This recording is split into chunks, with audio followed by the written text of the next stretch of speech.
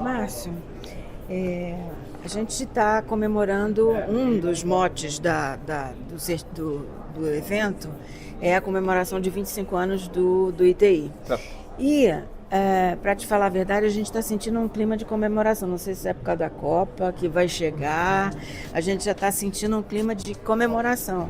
Exato.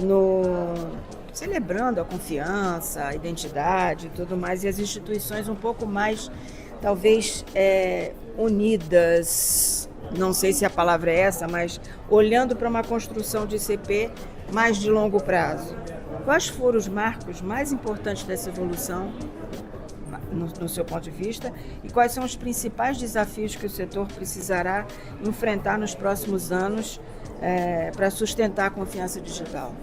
Bom, convergência, acho que são uma palavra importante, interoperabilidade e convergência. Não faz sentido pensar nessa evolução digital sem estar utilizando o certificado digital ICP Brasil com o volume de usuários que já temos, enfim. A gente trouxe um dado novo hoje numa sessão que foi o GovBR assina em termos de dias, documentos assinados por dia, para avançar em torno de 1,4 milhões de documentos por dia. Um número bastante representativo. Exato. Mas, falando em certificado digital, pessoa física em nuvem, a ICP Brasil faz 3,5 milhões de assinaturas por dia. Então, e veja que ainda de forma incipiente, a gente tem 5 milhões de assinaturas e isso deveria certamente, dada a natureza da formalística brasileira, ter muito mais documentos assinados digitalmente. Então, é uma oportunidade a gente expandir de fato a assinatura eletrônica qualificada.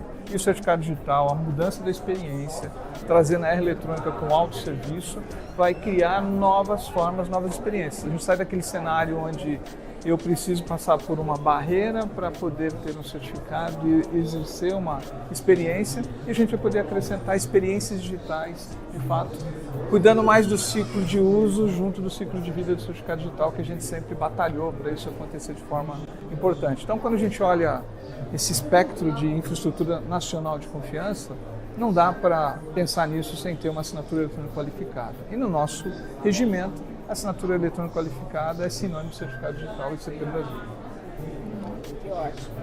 Vamos voltar um pouquinho, você falou há pouco sobre as INs 36 e 37 do ITI.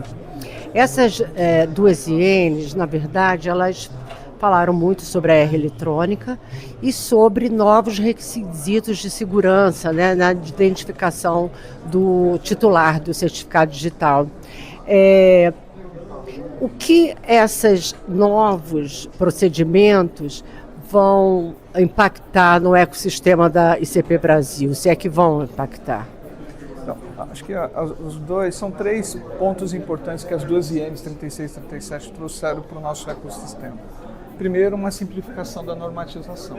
Então, como a gente é extremamente regulado, somos extremamente regulados nesse processo, a gente precisa interpretar bem a documentação, o processo de identificação, validação e emissão do certificado. Então, uma coisa extremamente importante que o órgão regulador fez foi unificar as várias instâncias de validação, de características e trouxe isso para o único documento de forma estruturada, organizada e traz muito mais clareza. Parte talvez alguma dicotomia, alguma variação de atendimento que aconteça no próprio mercado de certificação digital, advém de interpretação, às vezes, da regulamentação.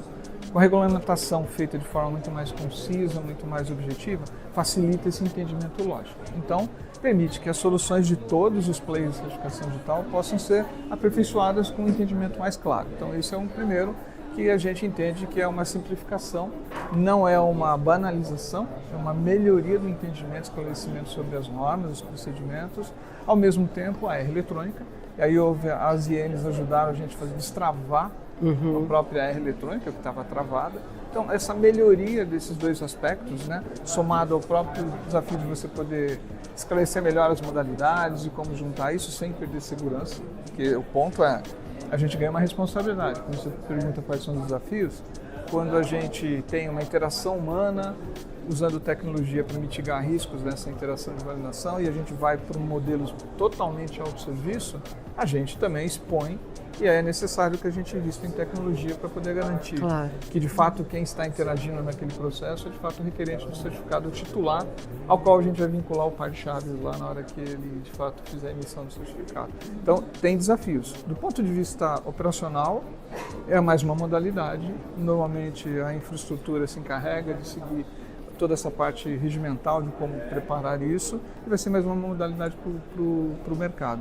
Um dado importante, foi até citado no painel, que além do modelo que a gente tem, a gente também abriu a possibilidade de usar o passaporte brasileiro como mecanismo de autenticação. Então você imagina, porque a norma pré-eletrônica, é importante dizer isso, hoje ela está contida no escopo onde você precisa estar no PSBio, ou seja, a base biométrica da ICP Brasil, e ao mesmo tempo está na base nacional autorizada, que é o Database. Então, a combinação dessas duas coisas permite que a gente faça o autosserviço.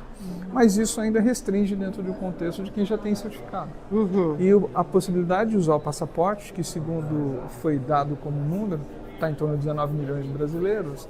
Então, você tem uma intersecção, sem dúvida, mas tem uma população-alvo que já tem um mecanismo de comprovação de identidade forte, combinado com esse mecanismo de prova de identidade, comparação biométrica, a gente pode criar experiências de autosserviço, de autoatendimento para emissão. Então, a expansão da eletrônica nesse momento atende o mercado de usuários, pessoas físicas, e é importante dizer, né? Então, para todo mundo, a eletrônica tem um foco, atender pessoa física para certificado digital emitido em nuvem, ou seja, nuvem parece, mas assim, nuvem é um A3 para a gente, é em hardware, porque ele está custodiado dentro de um prestador de serviço de confiança. Então, isso de fato são desafios do ponto de vista de tecnologia, de processo, de proteção do software, enfim, todos os níveis de proteção que a gente precisa dar para esse onboarding digital.